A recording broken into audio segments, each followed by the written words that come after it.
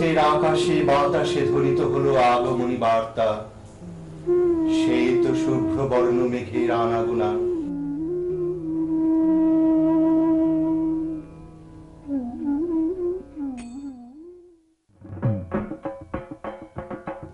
ঢাকের শব্দ, কাশফুলে ঝলমলে সুদূর দিগন্ত প্রান্তর, পদ্ম পাতায় বৃষ্টির টাপুর টুপুর ছন্দ, সাদা মেঘের খেলা, কিন্তু শরৎ।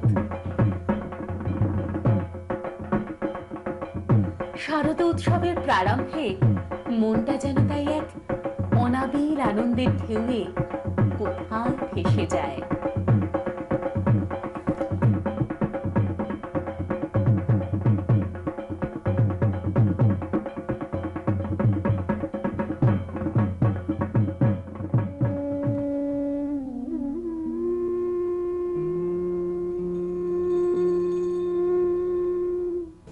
সূর্য স্নাত রৌদ্র ঝলমল দিনে আবাহনীর আয়োজনে শুরু হয় দেবী বন্দনা।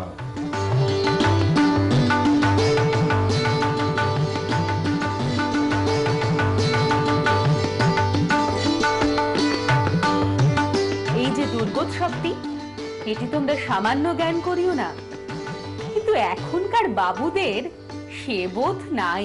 সত্যি কথা, সেকালে পুজোর সময় লোকে বিদেশ হইতে বাড়ি আসিত, বন্ধু বান্ধবের সহিত মিলিত হইত, যাহার যেমন ক্ষমতা মায়ের পূজা করিত। গরিব দুঃখীরা মুরগি নারিকেল নান পাইত। হিন্দু বাঙালিদের সব থেকে বড় উৎসব দুর্গোৎসব।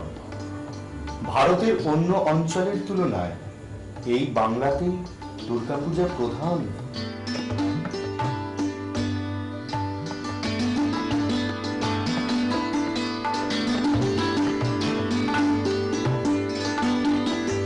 আমাদের বঙ্গদেশে দুর্গোৎসবটি এবং দেবী পূজা কালিকা পুরাণের মতাদর্শে সম্পন্ন হয়।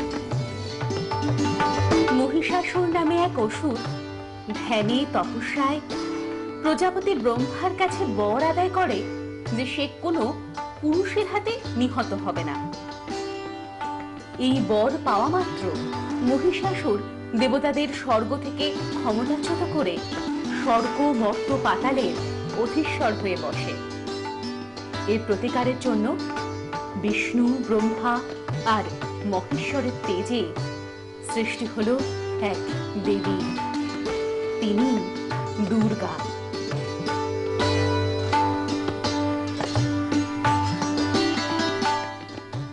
দুর্গতি থেকে রক্ষা করেন বলেই তিনি দুর্গা।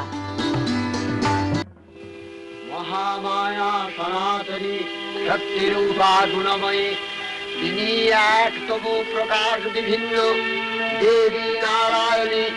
আবার ব্রহ্মশক্তি রূপা ব্রহ্মাণী, কখনো মাহেশ্বরী রূপে প্রকাশমানা, কখনো বা নির্মলা কৌমারী রূপধারিণী, কখনো মহাবজ্র রূপিণী ঐন্দ্রী, উগ্রা শিবদূতি, নিমুণ্ডমালিনী চামুণ্ডা, তিনি আবার তমোময়ী নিয়তি।